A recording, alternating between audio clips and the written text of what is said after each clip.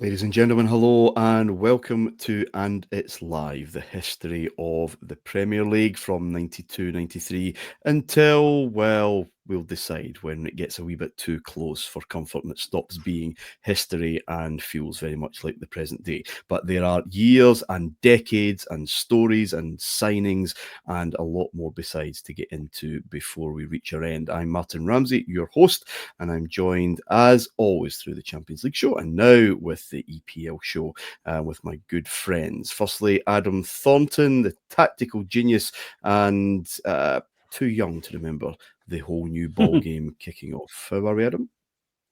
Good, thank you. Yeah, looking forward to just listening on this one about how things were better when life was sepia.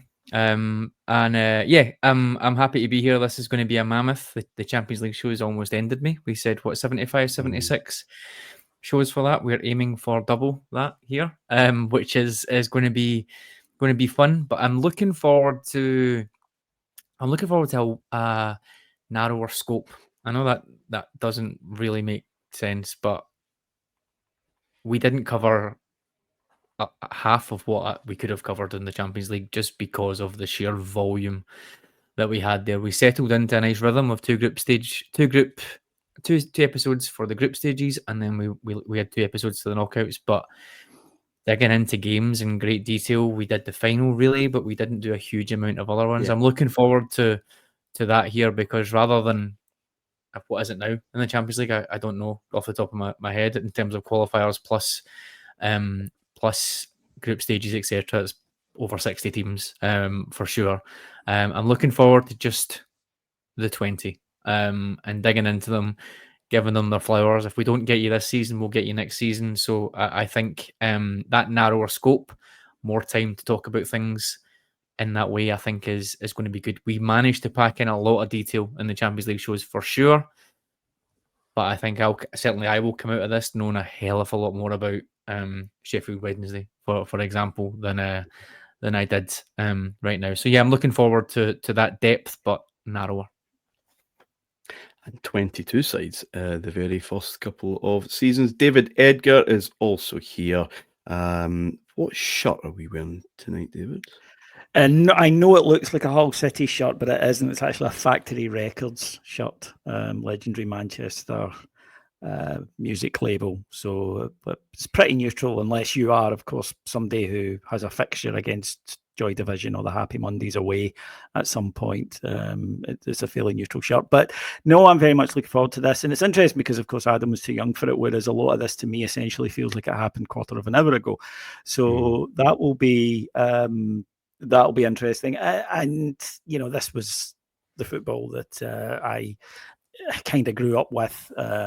It was my teenage years when it began. And although I have very fond memories of 80s football, it was much more difficult to consume as someone living in Scotland. We didn't have the access to it that we had straight away with the Premier League in England, or the Premiership as it was for a period. But the impact of this, for good and for bad, and we'll explore both, we won't shy away from that, has been enormous. This league, we are currently this week the transfer window, and there are complaints from other leagues about how English football is monopolising players and talent, and how they drive the market, and they absolutely do, and they did not in 1992. They were not the greatest league in the world. They did not contain the richest sides. They did not contain the best players in the world, the best coaches, the best managers. All of that has grown since this began. And the best thing about doing a show like this as well, of course, we'll get to watch some great matches. We'll get to talk about some wonderful, wonderful players. We'll get to discover guys that we have maybe forgotten a little bit about on the way. We'll get stories of people that maybe need a line shone on them.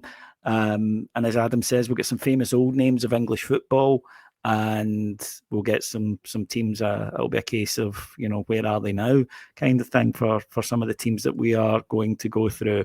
And a lot of characters, an awful lot of characters, but also things that, as you guys know, interest me, the way that we consume football, the way that we watch it, as an audience, the way that prices have grown and the way that marketing has changed, all of that, stuff as well, we'll have time to get into, but we will not lose focus of the fact that what we're talking about is some extraordinary football and some extraordinary football players.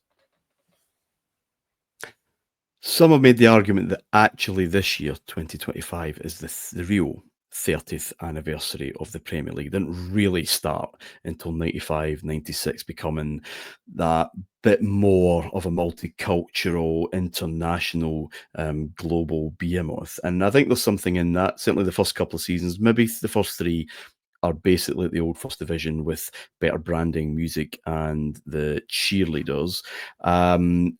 But we'll get into that over the course of time. We'll start our proper series next week. There'll be 4 episodes per season. The first one being a real state of the nation, what the summer was like, where teams were, bigger themes, and then episodes 2, 3, and 4, a bit more of a chronological feel through it, but still, I'm sure, stopping off on some interesting discussion points along the way. This week is a prologue, setting the scene, especially for young Adam. I was going to say we're your uncles. That's not quite right. Certainly older brothers, and you're very much your younger brother who wasn't there. A surprise, a happy surprise, but a younger brother nonetheless, who has to rely on the tales of older, wizened and bolder men to kind of set that scene. David, he's the reason we never get foreign holidays. He's why we could only afford to go to Scarborough. Basically, saying, right? Okay. Yeah. The pleasure beaches, Disney World, going hard enough. David, what was the English First Division like in that 80s, early 90s? Just stylistically, the feel, the access, take us back. English football at its darkest period in the 80s, in the mid-80s, the Heysel tragedy, the Bradford fire. People were losing their lives at football, none of which was new, but it really seemed to hit a nadir at this point. English clubs banned from Europe, of course. The famous headline in The Guardian, "Quarantine our sixth sad game," which must sound to younger listeners just what? Even 10 years, that, you mentioned there 30 years, 95, the jump, the change between 1985 and 1995 was enormous. The football was often attritional, and it was often very, very violent, straight. Every team had a hard man you could tackle in a way that now would probably get you arrested, never mind a yellow or red card. That's not to say that there weren't some extraordinarily skillful sides. There really were. The Liverpool side of the late 80s was a wonderful side, containing the likes of, John Barnes, Peter Beardsley, Steve McMahon, wonderful footballers, all of them. But English clubs were ripe for the picking from abroad in a way that doesn't really happen now. But it was rare for English players to move abroad, and they often didn't stay very long when they got there. It was mostly British players, because there was a lot of Scots, a lot of Welsh, a lot of Northern Irish in the ranks at the time.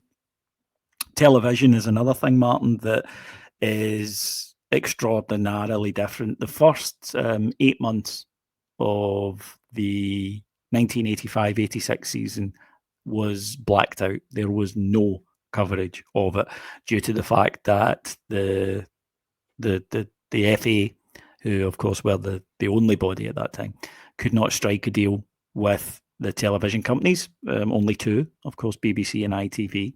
And in fact, the chairman of ITV said at the time that what football has to realise is that it needs television a lot more than television needs football.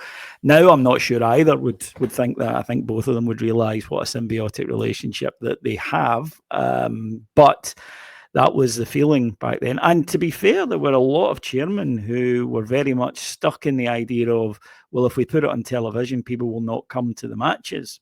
And therefore, they weren't all that keen on it being on television. So you would have match of the day and a very occasional live game in the early 80s, and then it built up to one a month in the early 80s. in England only, not even in Scotland. Northern Ireland had it, but Scotland would not allow it to be shown up here. You had Match of the Day and the big match, and then it went away.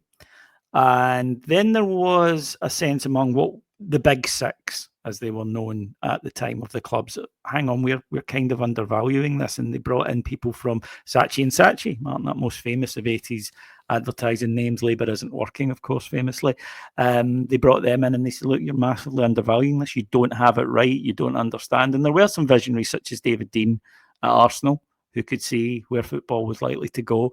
The 1990 World Cup is often held up as the enormous change, but like a lot of turning points, the changes were already afoot by the time that happened. But new decade, a new second, a newly revitalised England national team, and then of course the seismic shock of Hillsborough and the subsequent Taylor report that I think kick-started an awful lot of things, where it was a case of we cannot have these dilapidated Victorian grounds in which people go along and, some of them, a lot of them, going for violence, going for a fight, that you would not take a family, that we need to look at American sport and we need to see what they do and look at other sports and stop really being this culture that we have. So there was a sense of renewal at the start of the 90s.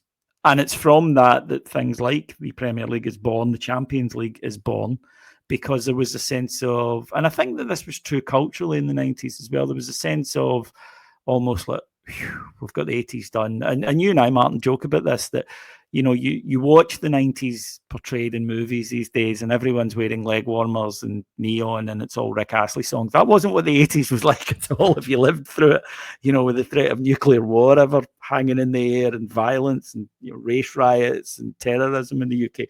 But in the early 90s... That's all going.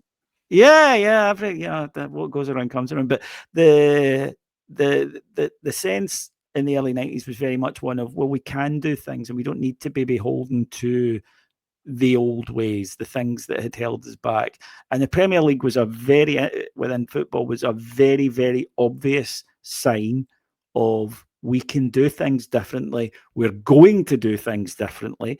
And a lot of these old ideas, which have become almost shibboleth, really, things like, well, you can't have too many games on the television because people won't go, that football can only be played on a Wednesday night and a Saturday. All of these things began to be up for discussion, up for change. And it chimed, as things do. There's always an element of reflecting the wider zeitgeist. And football did, and you began to get this counterculture, then, which became mainstream culture. You got Britpop and a very laddish type thing. So, suddenly there was pop stars wearing football shirts, and then television, things like Fantasy Football League came along and looked at football irreverently and brought humour to it. It got into things like Loaded and FHM, and it became very much part of the wider cultural experience of a lot of Brits, and they marketed it clearly that way. So it went from being this absolute, as I say, kind of sick thing that everyone was embarrassed about, that was in a corner, literally placed in a corner by the rest, quarantined by the rest of European football. And it grew and it came out of that. Things changed radically. And I know that some of our listeners will be sitting missing that. And there were some things from the 80s and the 70s and 80s that we maybe missed. But there was no doubt that football, for the first time in years, Martin, it looked different. It felt different. The names, the players were different. We were getting in players from abroad. First of all, a trickle, then a flood. And it just felt like everything was, Viva la Revolution, and anything was possible. And the Premier League was fantastic at adapting to that and pushing itself to the front of those changes.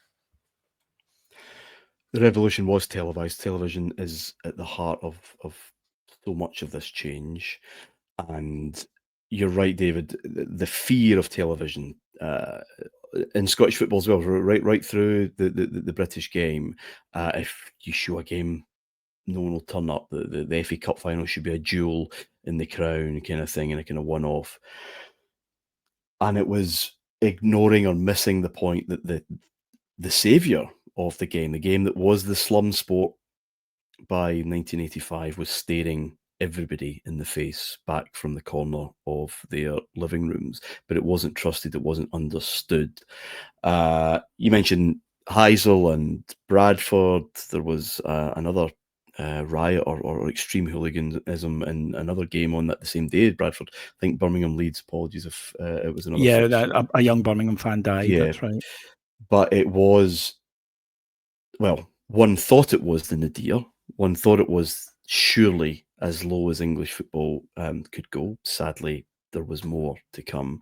We'll talk about the UEFA ban in a minute, but the TV thing did start to gain momentum. 1988, ITV did a deal for the First Division, live Sunday games, £44 million for a 4-year deal from 88 to 92.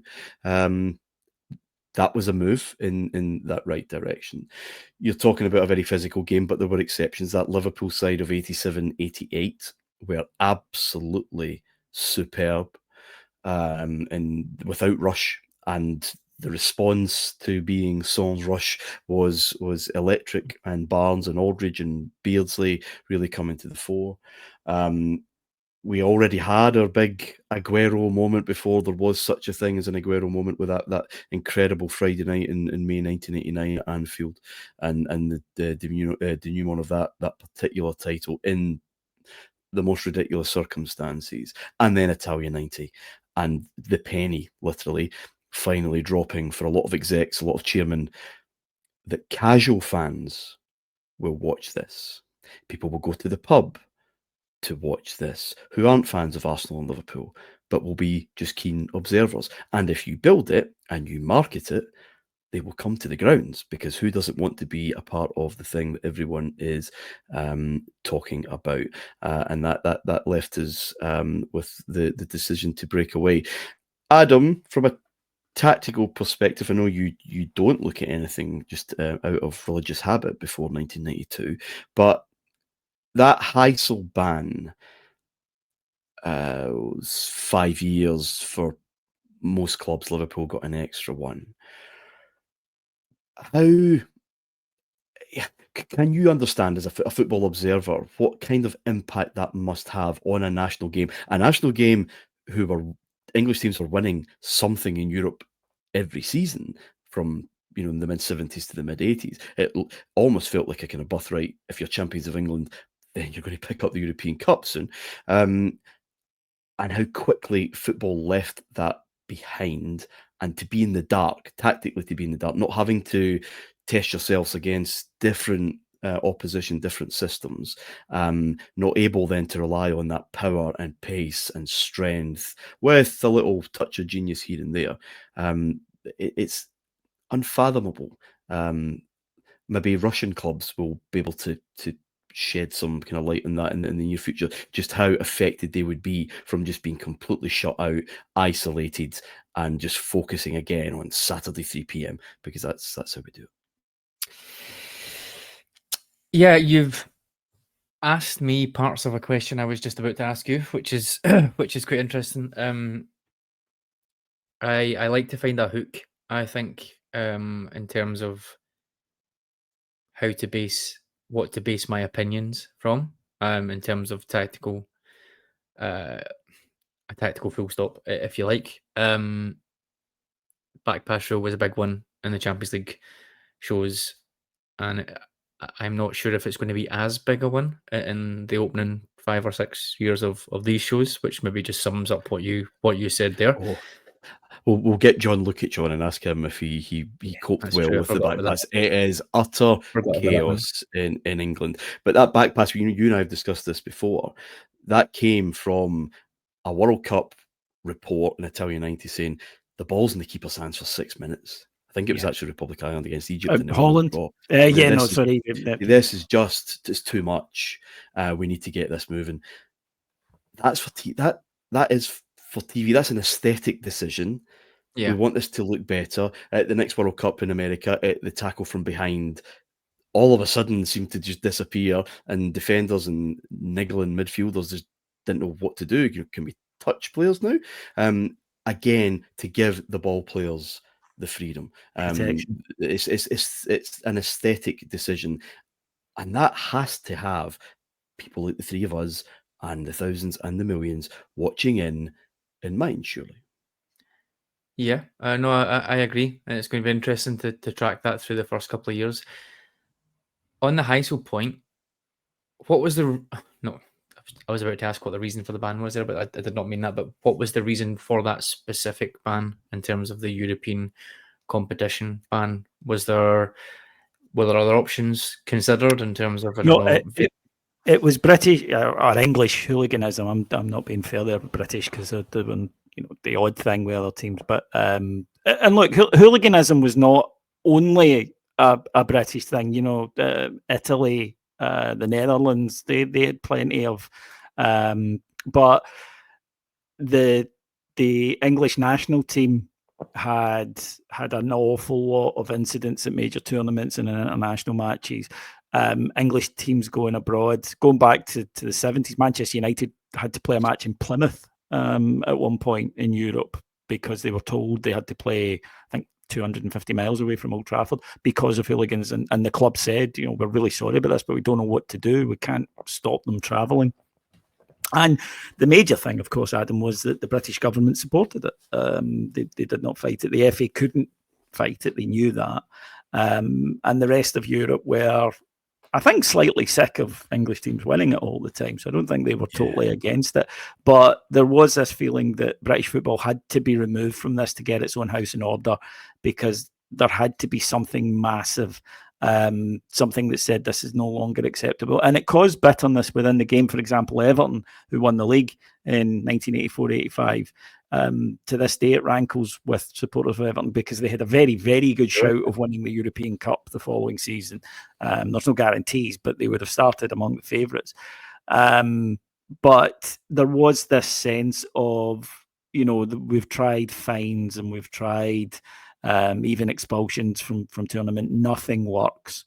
And that's why not only was the ban put in place, but it was indefinite initially. Yeah. It was effectively a suspended sentence, Adam, because of a litany of club and international related incidents. None of them getting close to Heysel and the level of impact of that.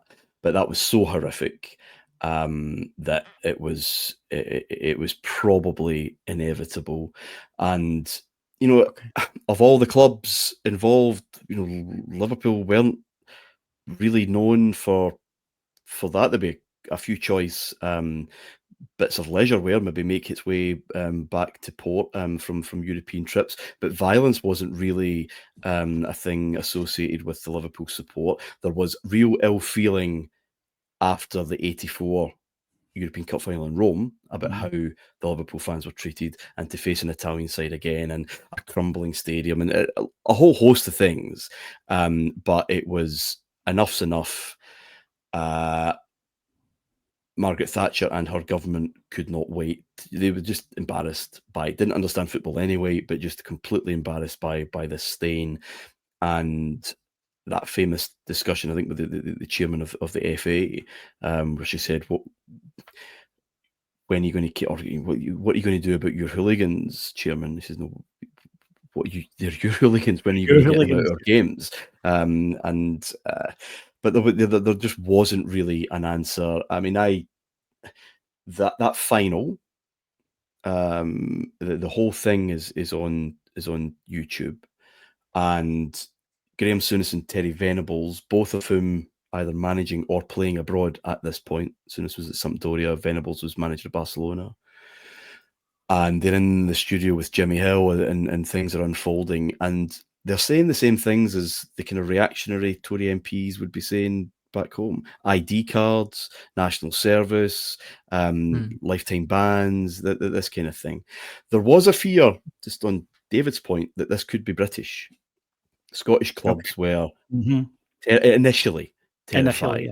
And Belgium tried to make that a British ban, to the point that boys' clubs in Scotland didn't know if they could do their summer tour The summer tours, of Belgium, and Scotland were due to play Belgium, I think, in a qualifier for maybe Euro '88, which all resolved. But that was the fear. Clubs changed their pre-season arrangements for '85, '86.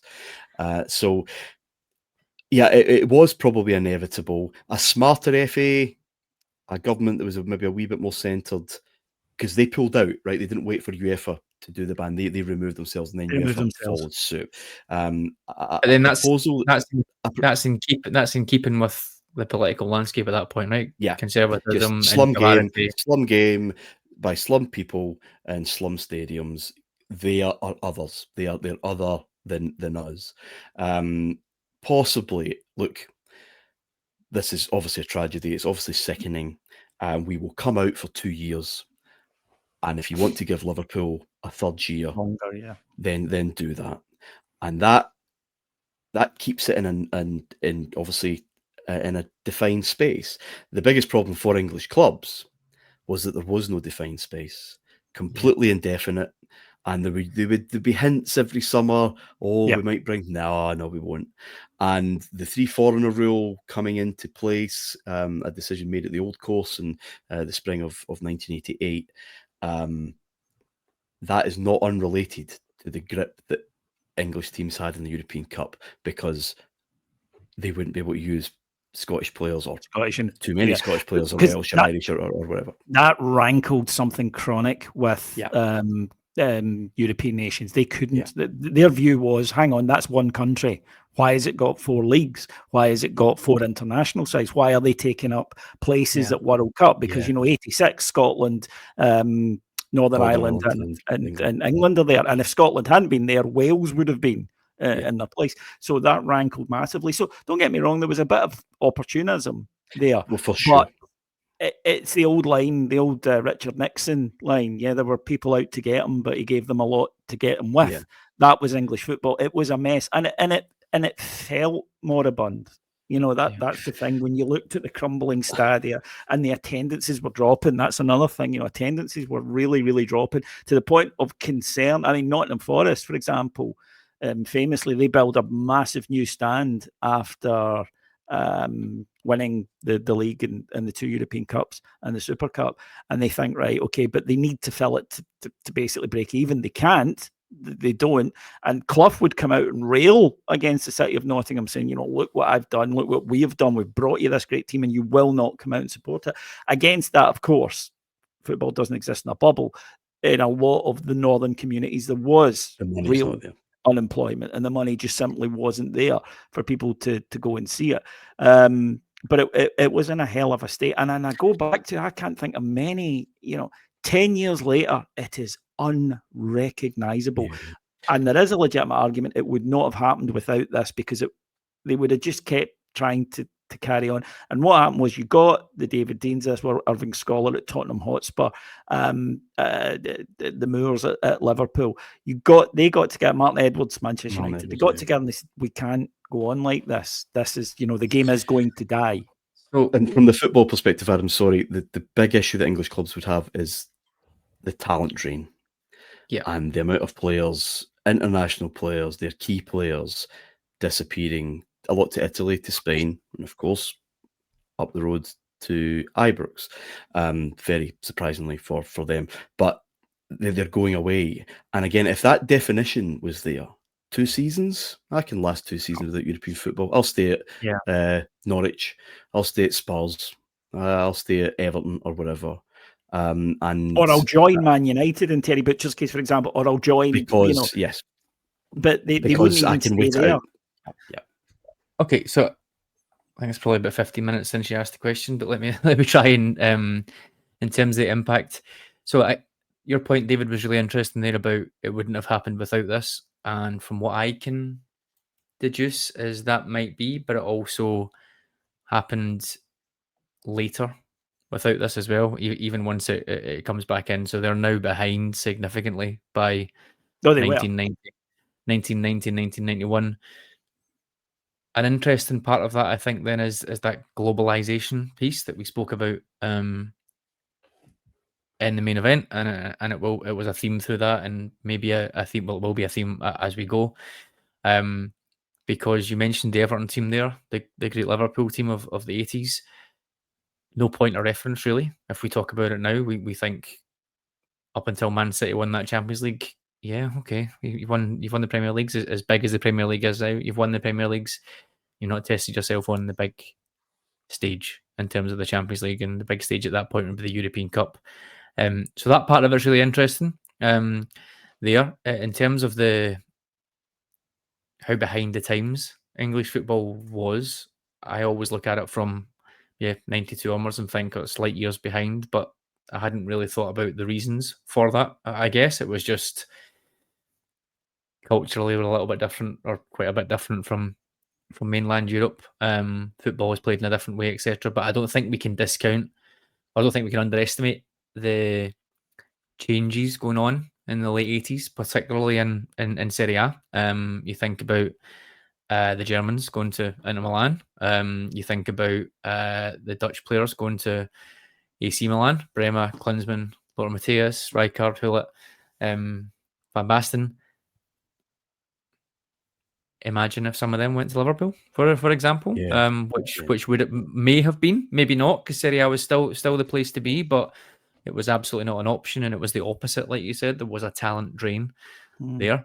You bring up an interesting point, Adam, and I'm sorry to interrupt, because I think this is a massively under-discussed subject, which is the enormous influence that Italy has on English football at this point. The World Cup in 1990, we all know about that, but it wasn't simply that England did well at that World Cup. It wasn't that they did well in '86, right?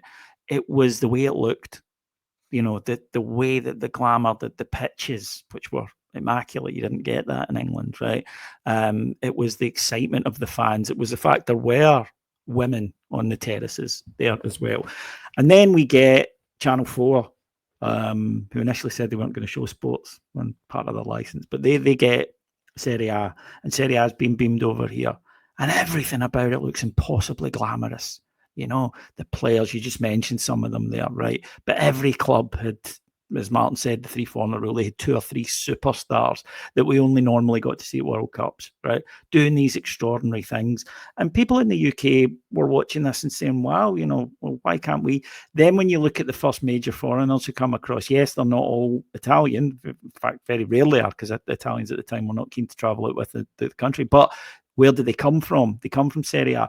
You've got England players like David Platt, like Des Walker, that go out there and play in Italy and do pretty well, actually, right? After that World Cup. And they then come back and they're bringing sort of culture as well. But look at the guys who come in to the period we're going to talk about. Ruud Hullet, often mentioned as one of the first huge names to come across. Gianfranco Zola is another one that gets mentioned as coming over and having a massive impact during this period. But there were others as well. Gianluca Vialli, of course, a beloved figure in English football now. But players were coming across from Serie A. And I think the influence at that time, the early 90s, post-World Cup, with Serie A becoming the first non-British league being shown in any numbers on British television, people looked at it and they thought, well, this can be more, this can be different. And it's not something that's ever really referenced, and I think it's absolutely enormous. And weirdly, because I think it's so obvious when you sit and look at it, and you look at the players, the skill set, and of course later on Arsene Wenger comes along and invents pasta. But I think some of these guys were bringing this back with them beforehand, and I just think that the impact it had, what it said to English football, this can be different. Dennis Bergkamp, there's another one who comes over and plays and trains and looks differently. And yeah, I don't know what you guys think, but I think it's so understated, but yet so obvious when you look at it. So Liverpool kind of, if I use it as an example, potentially sums it up for me in the sense that all I ever heard growing up throughout that, what was that 5-year period, and I never really appreciated the context of that 5-year period, was what a great team, fantastic probably the most continental in style from the Premier, the English teams for sure. So two sides of that for me then. First of all, obviously, or three sides, what could they have done in the European Cup in that era that they were denied? Also, the point I mentioned earlier on, the impact not only of players that may have joined them had they been 2, 3, 4-time European champions at that stage, players that may have left as well, potentially to go to Serie A, all that sort of stuff is really fascinating. But then also, are they emblematic of the decline because they stopped in 1990? Did they stop because they, in my mind, it was lots of in my mind looking back, it's lots of success, they can't really replicate the trick, etc. But were they basically just squeezed in terms of like the everything round about them to Hillsborough would have hit hard. The boot room thing, the Kane training facility. It's just if you're not got those new ideas coming in as well. Exactly, I know it was boot room, Shankly pays all the way up, but then who knows, different players coming in, all that sort of stuff. It's so it's like imagining Spanish clubs being out for 5 years after pretty much dominating all the European competitions for the period we've maybe just seen, and the game just, they're coming back and it looks like a different sport. And I know United come back when they come Winners' Cup, but then they'll get a lesson in Barcelona not that long after, and it's a hard old run.